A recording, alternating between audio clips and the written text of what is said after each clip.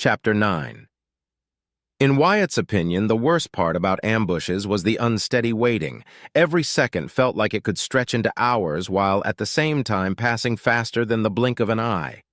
The only thing around him was the cold silence, that maddening companion that could drive anyone into making a hasty, thoughtless action. After placing the mines on the vector trail, all fighters pulled back to create a bubble around the area, safely far away from the mine's possible blast radius and that of the black cruiser if they were lucky enough to destroy it outright.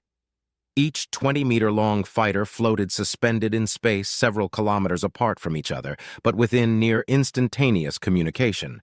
Though at that moment it didn't matter. They were dead in space with only life support systems active. Unless the cruiser directly set its scanners in their direction, the sensors wouldn't detect them without any form of radio or heat signatures. A part of me wants to be wrong and return base. But if it comes this way, then we have to take it out or cripple it. This is my first real battle, and yet it feels no different than the odd patrol routes back in the academy. What did that one idiot instructor say?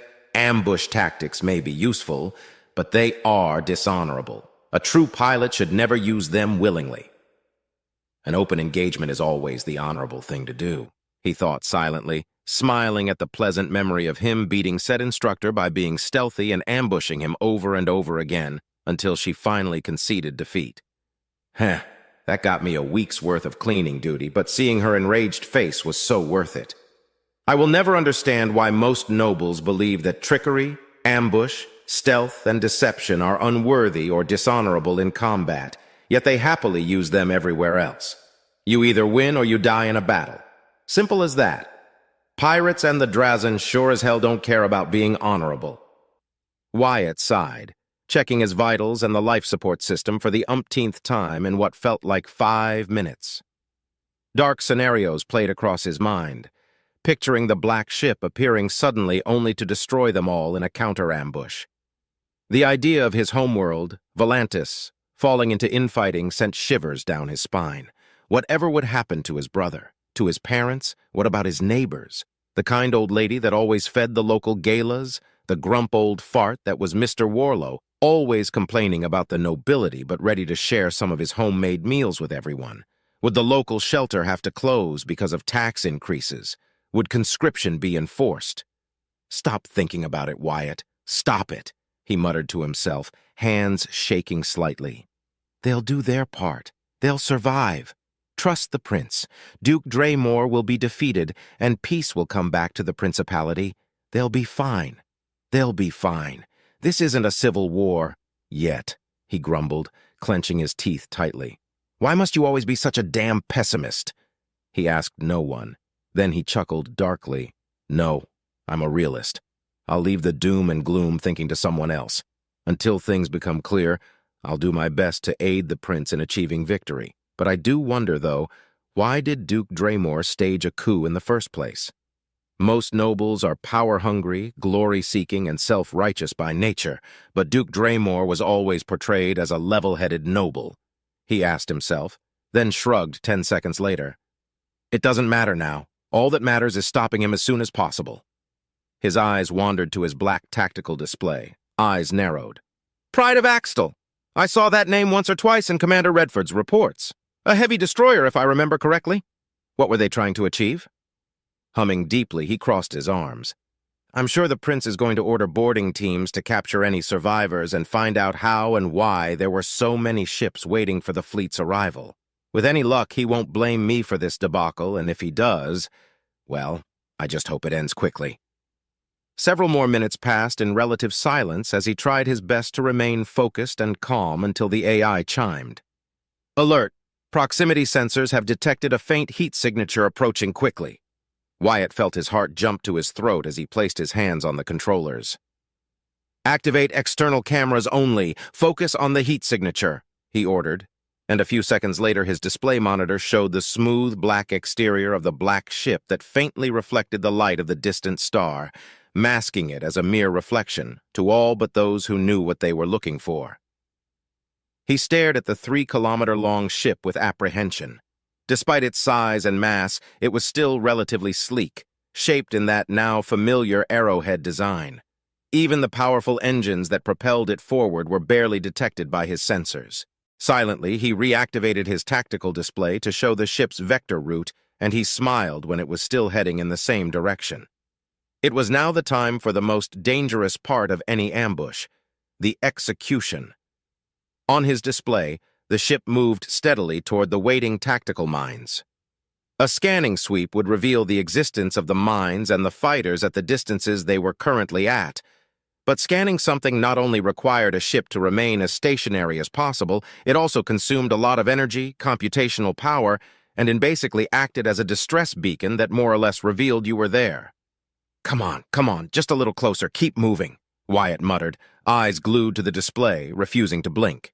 Then, all as one, the tactical mines activated and detonated all around the cruiser. The intense brightness of the explosions reflected on the ship's black hull until the ship flew past the lingering clouds of plasma and energy left behind by the mine's detonation. The ship was visibly heavily damaged, as several hull breaches could be seen across its structure.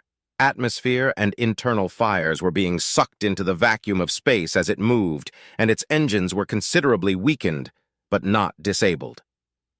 "All squadrons, engage!" Delta One ordered as communications returned. With a single command, Wyatt brought his fighter to life in full and turned to pursue the ship. The mines didn't slow it down. Nothing would until something forced the ship to slow down or was captured in the gravitational pull of a stellar body. But now it would be unable to keep its acceleration up anymore. Even better, the explosions had forced it out of its original route, making its escape an even less likely scenario. "Epsilon Squadron, prepare your missiles for a volley," Wyatt ordered as he ran quick calculations that would hit the damaged ship without the need to lock onto it. "New One reporting, we're ready. Omicron 1 here, ready. This is Delta 1. On your word, Epsilon 1. Wyatt felt his throat dry all of a sudden as the idea of sinking the ship crossed his mind. He'd killed before, pirates mostly, and a few Drazan raiders, and he shed no tears for them, but this was different. How many people were on that ship? How many had died already because of his plan? How many more would die? Hundreds? Thousands? "Epsilon 5 reporting, Lieutenant. Ready to fire," Noltar Olkara said. "This is Epsilon 3. Ready." Leopold Dakar's voice came through a second later. Wyatt shook his head, dispelling his doubts. The nobles and commoners aboard were his enemies. They sided with Duke Draymore, and thus they were traitors to the Principality and the Prince. He wasn't stupid either. He knew that most commoners aboard the cruiser, and in every other enemy ship for that matter, were only following orders, unable or unwilling to go against their superiors, or, like himself, found themselves embroiled by forces beyond their control. But like them, he had a duty to uphold, vows to honor, and orders to follow. It wasn't personal nor vindictive. It was simply the nature of battle. One side wins, the other side loses. You either live or you die. "Volley!" he commanded, and the missiles were released. He watched from the tactical display as the volley of missiles lunged forth unimpeded and without changing direction. All the while, he and what remained of the wedge moved in random directions outside the range of any possible PD turrets and other countermeasures the cruiser was equipped with. A wise choice, for as soon as the missiles entered the effective range of the cruiser's theoretical defenses, Wyatt detected no less than 20 PD turrets coming to life across the undamaged hull's structure. A dozen counter-missiles were also launched, but explosions followed soon after from the launch tubes. The tactical mines had done their job and had vastly limited the capabilities of the cruiser. And yet what survived made his stomach clench in worry. "I would not want to fight one of those things head-on, not by a long shot," he said as he noticed that the cruiser fired almost blindly at the incoming barrage. 26 Hawk missiles turned into 20 and then 16 before they reached their destination and impacted the damaged cruiser. 2 missiles missed entirely, veering off into space until they detonated once their fuel ran out. From his monitor display, the hull was lit again in the light of explosions that further wounded the ship. One explosion, though, outshone the rest, and a good chunk of the ship suddenly disappeared in a great ball of fire and superheated metal. One of the missiles had entered through one of the gaping holes on the cruiser and had struck an ammo storage unit. The cruiser's engines died, and the ship stumbled freely across the cosmos like a corpse. Delta One, should we move in and finish the job? Wyatt asked, relieved and happy that his plan had worked as well as it did. No, I won't risk it. We don't have any missiles left, and we don't know if they are just playing dead, waiting for us to come in close. I'm trying to scan that monster, but my targeting and sensor arrays bounce off its hull even as damaged as it is now. Where did that treacherous bastard find these ships anyway? I've heard of stealth ships before, but nothing like this, Delta One replied. Then what are we to do, Delta One? Omicron One asked. With that thing out of the way, I can contact Commander Redford and then he'll decide what to do next. I'm sure he'll want to send a boarding party over and find out. Delta One's words died in his throat when every display monitor was suddenly illuminated by a large explosion that gave Gintrax a second star for a few seconds. Cowards! Omicron One shouted. I can't blame their tactic. Standard procedure. Better to scuttle the ship than be captured, New One said, frustration evident in his voice. At least we achieved our objective. That ship won't trouble us in the future anymore, but who knows how many more are out there. Duke Draymore can't have that many stealth ships at his disposal. With any luck, we took down the strongest of those black ships. This attack was meant to cripple our fleet as much as possible, Wyatt replied. Your orders, Delta One? I'm forwarding the result of the ambush to Commander Redford and awaiting further instructions, Delta One replied. 2 minutes passed in relative silence until he spoke up again. We are to return to base. The first thing Wyatt noticed when they were close enough to the fleet was the sorry state it was in. A third of it was gone, and another third showed damage that ranged from light to heavy. He allowed himself a sigh of relief when he noticed no damage whatsoever had been inflicted upon the exalted virtue. Moving to the hangar bay, one by one, the surviving fighters landed safely as mechanics and engineers moved it to repair any damage taken and run diagnostics. Unhooking his helmet and opening the cockpit, he received a message from Redford. Wyatt, Captain Salazar Reed is heading to the hangar. Do not fall to any provocations. I am on my way. Wyatt suppressed a growl of annoyance but was thankful that Commander Redford had warned him. I bet the captain will try to blame me for the actions of that idiot.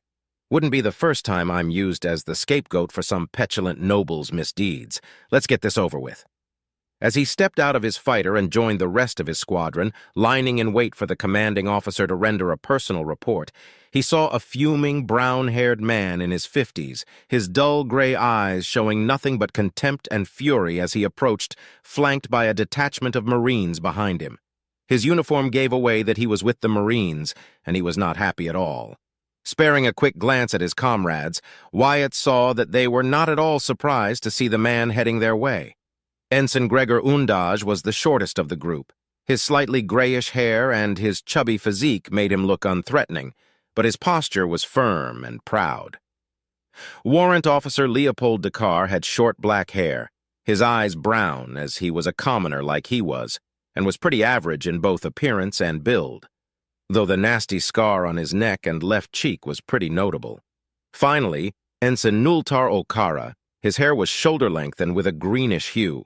He wasn't particularly handsome either, as his factions were sturdy and devoid of any grace, but the smirk on his lips and his posture were more relaxed than the rest. Lieutenant Wyatt Staples, Captain Salazar Reed called a good 10 meters away, gaining some attention as he stepped forth with heavy, angry stomps. Sir, Wyatt saluted, followed by his companions. The 2 surviving pilots from New Squadron, the 3 from Omicron, and the 4 from Delta also saluted, but kept their mouths shut, watching in silence. Explain to me why my younger brother is dead, Salazar demanded, throwing any sort of protocol out the airlock. Your idiotic and lackluster commanding skills have caused my noble house dearly. Explain yourself now, commoner filth. Sir, Wyatt replied, not bending nor backing away from the accusation. Inside, he was fuming, but it was a manageable anger. He'd dealt with stupid accusations before, though none involved a dead noble. I regret to inform you that I did everything in my power to prevent the unauthorized and disruptive actions of Abacus Reed. Alas, the sub-lieutenant did not heed my orders and acted on his own accord, sir, said the lieutenant, putting extra emphasis on Abacus's faults. Salazar gritted his teeth and clenched his fists in rage. Liar! My brother would never do something so stupid as to break formation. Surely you ordered him to perform a suicidal action? See? This is what happens when an unworthy commoner is given any sort of important leadership position. Abacus should have been the leader of your squadron after the death of the previous leader, but no, he was disgraced and shoved aside in favor of a commoner that got him killed. I shall not stand for this insolency. You shall be severely punished for the disgrace and dishonor you've brought upon the noble House Reed, Wyatt Staples. Even though he couldn't see them, he knew that the other pilots were likely biting down their tongues. Noble standing and military rank made for a convoluted mess of protocols, honorifics, rules, and exceptions that he couldn't be bothered to learn whatsoever. But he knew that no one was allowed to speak out against an officer of higher standing, much less so a noble, unless directly spoken to. I tried to save your stupid brother, you arrogant blue blood, but I have to stall for time now. What can I do? Wyatt thought, and a second later an idea popped into his head. Falling to a knee, he bowed his head before the Salazar. I dare not insult you or your noble house, Lord, but I must object to your decisions, Lord, he said, avoiding saying threats. Your brother, Sub-Lieutenant Abacus Reed, acted on his own accord and against my orders. His actions caused the deaths of 2 pilots from New Squadron, and all of us have both visual and audio recordings to prove that what I say is true, Lord. I once more lament the loss of a precious life of House Reed, but I am faultless in this regard, Lord. You won't get more than that from me, you damnable blue blood. Your stupid brother killed 2 other good pilots and nearly cost us more. You and that worthless pride and ego will have to accept reality, he thought, never allowing his feelings to show. Falsehood, surely, Salazar replied with a growl. Then again, what can anyone expect from a lowly commoner? You know nothing of the virtues of honor, glory, and respect. I shall have you flogged for daring to lie to me, you— He's not lying, Reed! The voice of Nulter Olkara suddenly cut through, and all eyes shifted to him. Your stupid brother couldn't handle being under the command of a commoner and got himself killed, taking another 2 with him for it. Olkara, you dare insult the memory of my brother in such a manner? Salazar countered, fuming and ready to throw a punch. What's more, you dare speak out of turn and to a superior officer? How am I to do otherwise when your claims are not only unjust but false? We have the evidence, we have recordings. Accept reality and swallow your pride for once, Reed, Nultar said, eyes narrowing. Then he smirked mockingly. Not that you much of it in the first place, now is it? Wyatt stared dumbly at the interaction of the 2 nobles. He'd seen a few confrontations before, but none had been so brazen as the one happening before his eyes. As soon as Salazar reached for his holstered pistol, though, his escort tensed, and Nultar's eyes focused on the offended noble. Commander on deck, a voice announced. Like that, every shred of hostility was dispelled as Salazar had to turn around to salute Commander Redford, flanked by 2 Marines. At ease, Redford commanded, and everyone obeyed. Captain Salazar, may I inquire why you're hounding one of my pilots? Commander Redford, Salazar began, undeterred but showing respect to his superior. Lieutenant Wyatt's actions resulted in the death of my brother. I claim retribution by right of honor. Denied! Redford's single utterance was heavy and left no room for debate. My lord, Salazar insisted, a commoner has caused the death of a noble. He must be punished, and I request to be the one carrying the sentence as the affected party. Captain Reed, I have already read the report and reviewed the footage sent, not by Lieutenant Wyatt's feed, but by the Wedge commander, Lieutenant Commander Siegfried Now. Your brother acted out of pride and a wounded ego, Captain Reed. It led to his demise and that of 2 more pilots. Wyatt's timely order to retreat before your brother's rushed and pig-headed actions went to fruition saved more lives. Henceforth, your requests are denied and barred. This conflict is over. Normally, such actions would receive a penalty to the House. However, given the circumstances, I am willing to forego disgracing your family's name as a reward for your loyal service. Salazar Reed closed his eyes, teeth gritted, and bowed his head once. Understood, Commander Redford. I accept your verdict. House Reed nor I shall pursue this issue further. Splendid! Redford Kalen placed a hand on the captain's shoulder and offered a friendly smile that was anything but. Word of advice, Captain. If a similar incident were to ever happen again, remember your division and report any grievances to your commander. Avoid bringing shame to your family yourself. I understand, Commander. Forgive me. I have duties to attend to, said the captain as a saving face measure, and then departed. Wyatt, though, was smiling internally. Oh, that was beautiful. I've never seen a tongue lashing so satisfactory since I was in the academy. Best part was that I wasn't the target of said lashing. Ha ha! Take that, your high and mighty pain in my ass, he thought with gusto while maintaining a stoic expression, or as stoic as he could manage it. With that done, Wyatt stood up and gave his commanding officer a crisp salute. At ease, Lieutenant Wyatt, Redford ordered. I've reviewed the report given to me by Lieutenant Commander Siegfried Now, and I must congratulate you for your successful kill, Lieutenant Wyatt. That stealth cruiser destroyed 3 of our ships before we could react to its presence and ran away before we could counterattack. That ship won't be the last of our problems, but it is a victory nevertheless that it was destroyed. Commander Redford, everyone in our wedge contributed to its destruction. It was not my kill alone, Wyatt retorted seriously. Redford nodded once. Indeed. But it was your plan that brought its demise. Everyone shall receive a skull as proof of your veterancy. However, you are to receive the most credit for it. He placed a hand on Wyatt's shoulder and patted him twice. Be proud of your achievements, Wyatt. Now rest. All of you, he said, turning to face the rest of the pilots present. I have other wedges to see, but be ready. Boarding teams are already on the surviving enemy ships, and it will be some time before they are done. Sir, all the pilots present said in unison, and saluted again before Redford moved to another section of the hangar. Once he was gone, the small crowd that had formed dispersed and the pilots finally relaxed. What were you thinking, Nultar? Do you want to get yourself killed or what? Leopold asked, punching Nultar's shoulder. Gregor rolled his eyes. It's not like I have much to live for as it is, Leo. Besides, Salazar got that coming. We all know Abacus let Tristan die just so he could take his place. I would have killed the bastard myself, but hey, he did us a favor. Shame about the other 2 guys, Nultar answered, arms crossed. You still took a high risk, Nultar.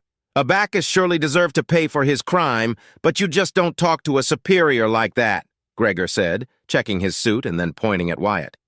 Even Wyatt here knows better than actively antagonize those of higher standing. I merely spoke the truth, Wyatt remarked. Huh, they are more relaxed than I thought they would be.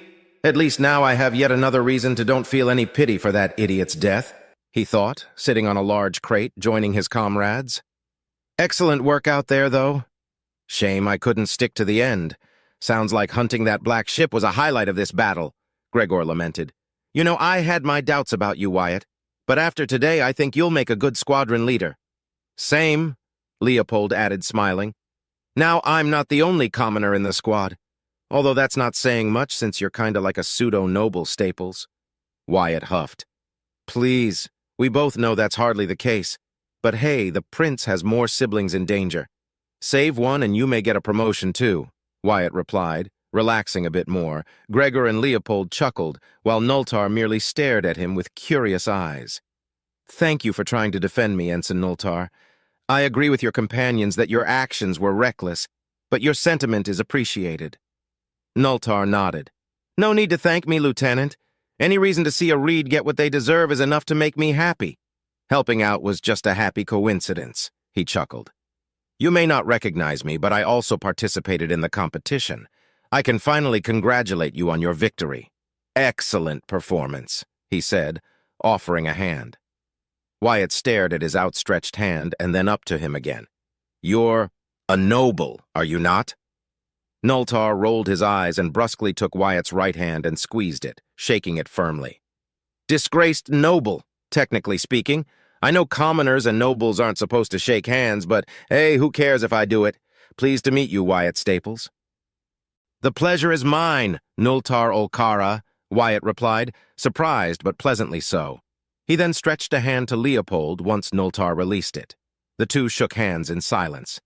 Then he turned to Gregor, but was unsure if he would accept his gesture or not.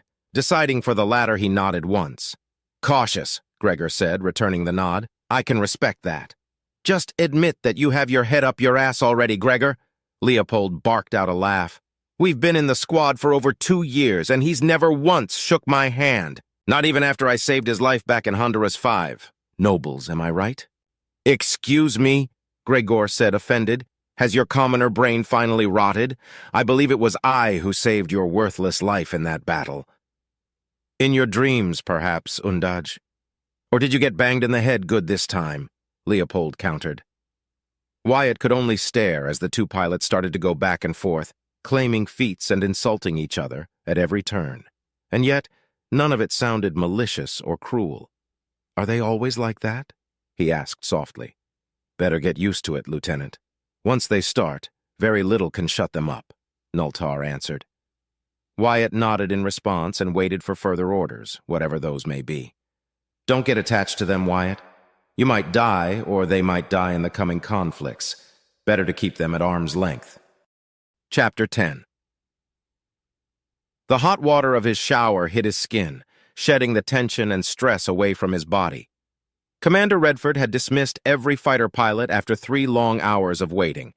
The boarding parties had been successful in capturing several officers and securing a couple hundred commoner crewmen who had surrendered and even aided the boarders. Everyone else would be summarily executed for their treason once the salvage efforts were over. All of them would either be spaced or simply destroyed alongside their now useless ships. It was a harsh decision, but one that he could understand.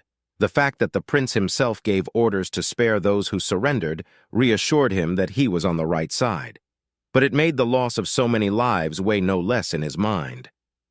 Before leaving for his quarters, he heard that the only 2 support and maintenance corvettes in the fleet were scouring the useful parts of the gutted ships.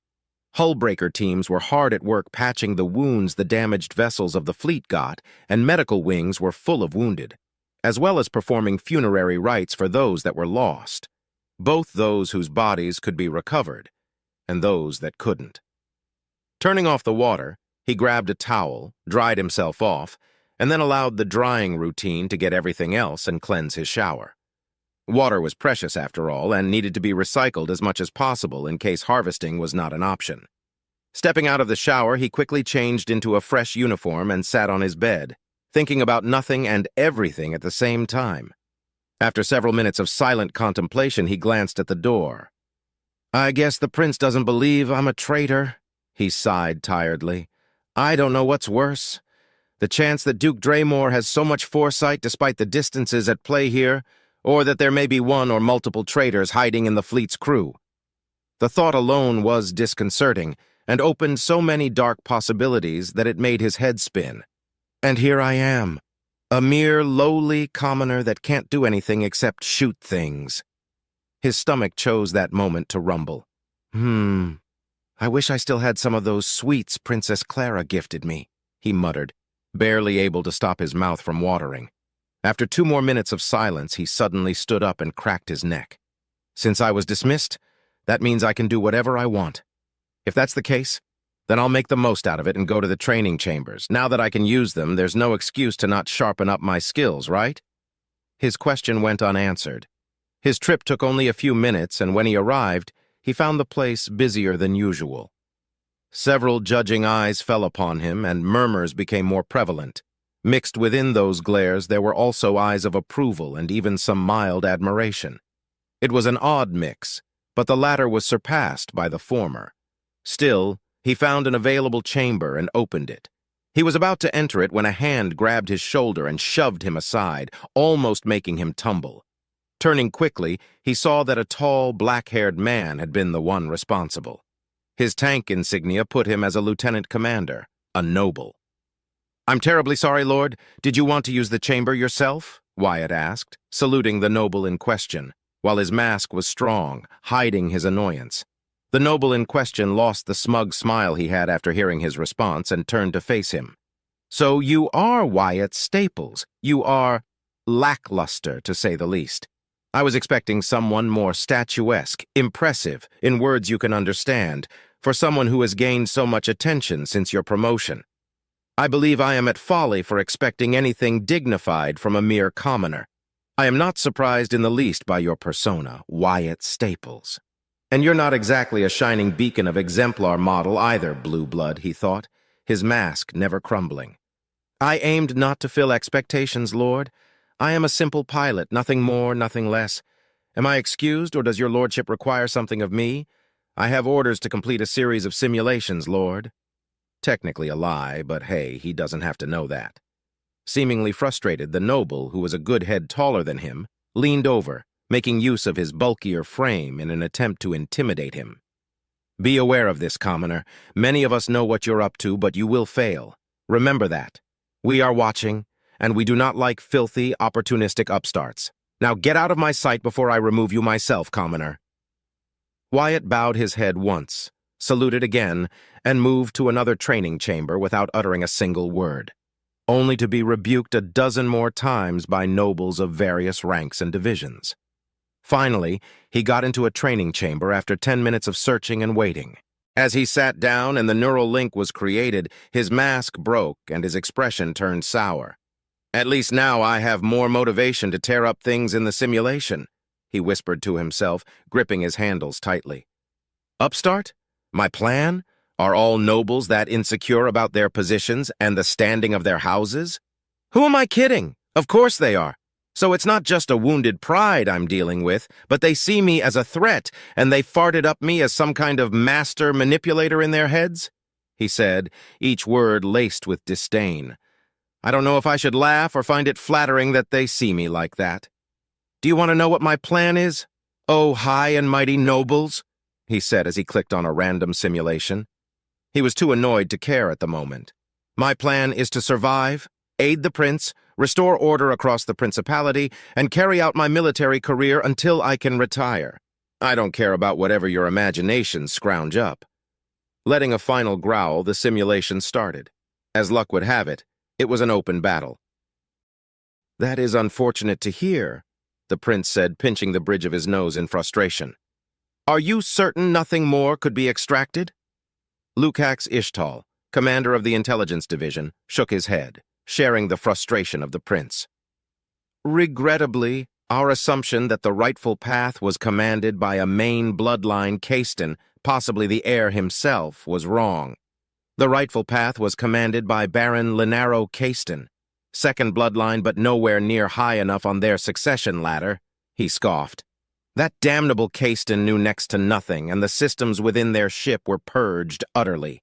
What little information we could extract from the other ships is useless. The only thing of worth that the captured prisoners revealed was that they didn't know about the black ships being in the system, except the cruiser that was destroyed. Their orders were to engage and harass us at maximum range. They were used as decoys to allow the black ships the chance to pounce on us. Which, I must admit, was more than successful, Admiral Damian Valto said in no uncertain terms. Every ship targeted was a ship of the line. That leaves us with only 3 ships as the fighting backbone of our fleet, 2 destroyers and the Exalted Virtue itself. The rest are support, cargo, and transport vessels, defended, armed, and ready to provide light assistance, but nothing more. It is imperative that we travel to House Finnegan territory as soon as possible, my prince. I concur with our esteemed admiral, Vivian Taravis, commander of the logistical division, said, gaining the attention of her fellow commander, the admiral, Princess Clara, and the prince. The supplies we picked on Faldo are intact, and our transport shuttles suffered no significant damage. However, we lack ships. We need more, and we need any spare equipment we can salvage if we are to see Marchioness Amelia Finnegan. We don't know if another assault is being prepared by the traitors or if they have the capabilities to do so soon. We are almost blind and deaf thanks to the jamming outposts of House Caiston. Once we leave Gintrax, we will know more about the current situation across the Principality. For now, I suggest that we conscript the best and most capable civilian-grade ships in this woodshaft.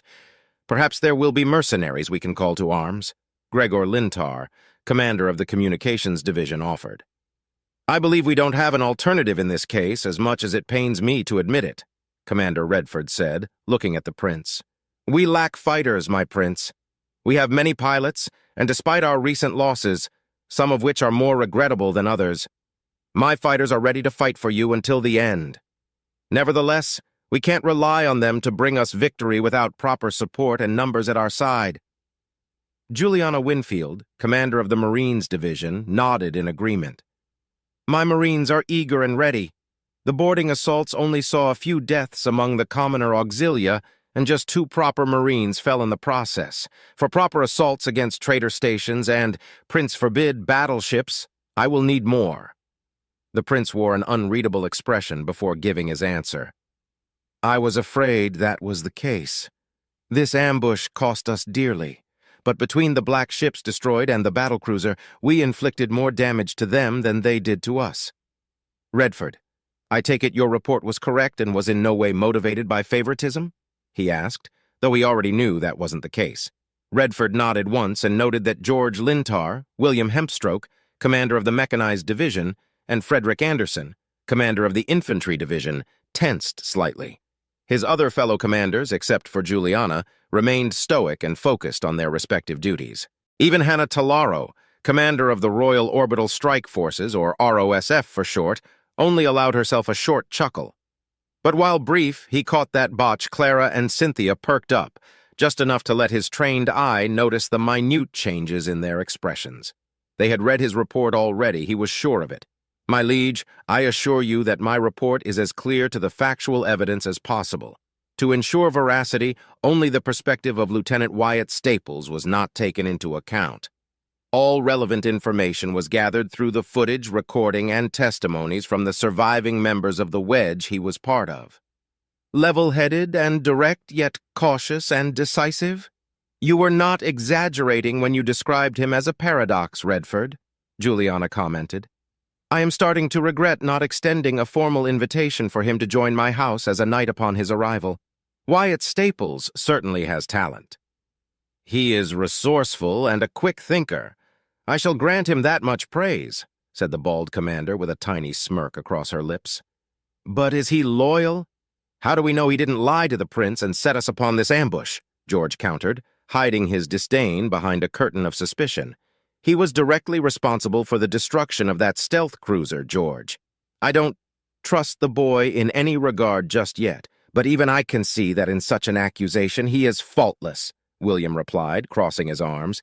"You seem quite certain of that decision, William," Frederick countered.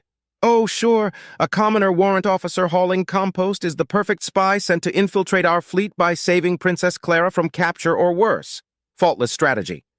Exceptional foresight on the part of Duke Cornelius Draymore. Rely on a commoner who knew nothing of the coup in the first place.